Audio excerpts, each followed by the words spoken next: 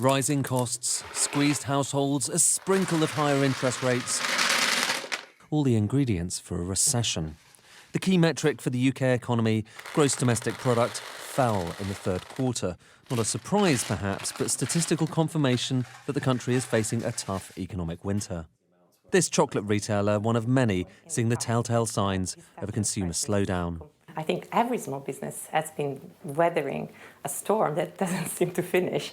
So now we have interest rate, now we have, obviously customer demand is something really, really worrying. The only way that we can actually make it through Christmas is if it's more people decide to actually buy our product. So, and is it feeling that way at the moment? So if we raise our prices, maybe less people are going to buy.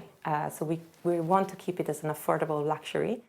The technical definition of a recession is when GDP growth, the bars here, drops into negative territory 2 quarters in a row.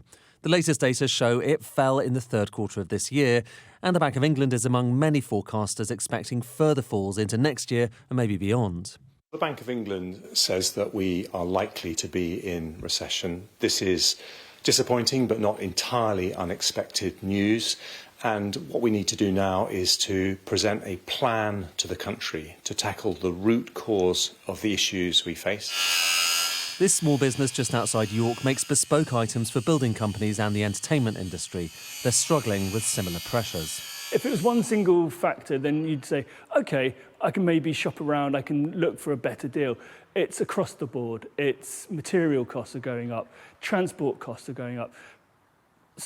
All our suppliers are putting up their prices. On top of the squeeze from inflation and interest rates, the Treasury is also poised to add to the pain next week, though there's some question marks about how they'll justify it.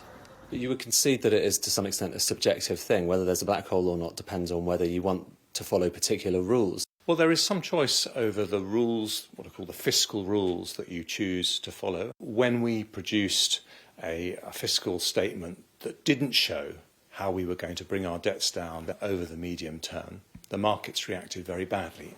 You might have detected a subtle dig there at his predecessor, Kwasi Kwarteng, and frankly, there'll be more of that to come. The idea that this eye-watering black hole is a consequence of the last lot. Now, some would say that's ridiculous. Some would say that when you're in the teeth of a recession, cutting spending, raising taxes are the last thing you should be doing. The deficit's eye-watering, the chocolates are mouth-watering. The economy is now underwater, and maybe that way for a while. Ed Conway, Sky News.